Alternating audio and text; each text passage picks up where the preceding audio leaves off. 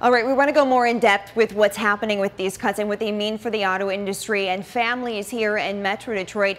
Joining us on the phone right now, auto analyst David Zoia. He's the editorial director at Wards Intelligence. David, thank you so much for joining us this noon.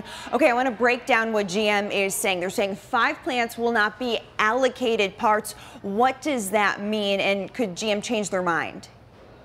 Well, they could, but when you look at overall where they're at with capacity, this is taking close to 1 million units out of their capacity, and these are 3 plants that are really running at about half speed. Most of them are operating on 1 shift. So, to some respect, GM needs to cut its capacity. So, whether the chances of them getting additional product down the line are probably slim.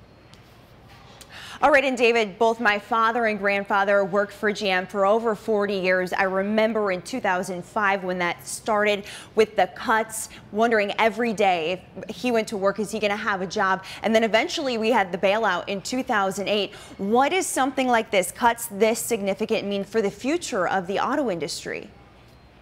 Well, it's obviously tough for the people that are working these plants, and even for those that are surviving today. They'll have that looking over their shoulder aspect to their jobs.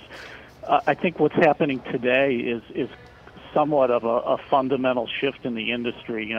Mary Barra mentioned the demand for SUVs and CUVs, and if you look at these plants, they're building sedans, and GM is chock full of sedans in its lineup that just aren't selling. There's too many models in a segment that isn't very hot right now. So some of it is just a market restructuring of the types of products that the company needs to compete.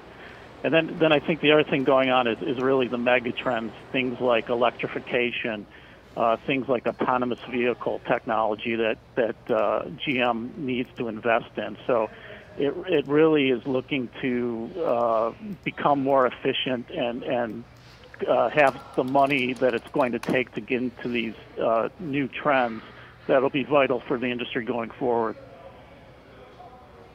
All right, David Zoia, thank you so much, auto analyst. A lot of families certainly going to be affected by this big news, these big cuts today. We appreciate your input.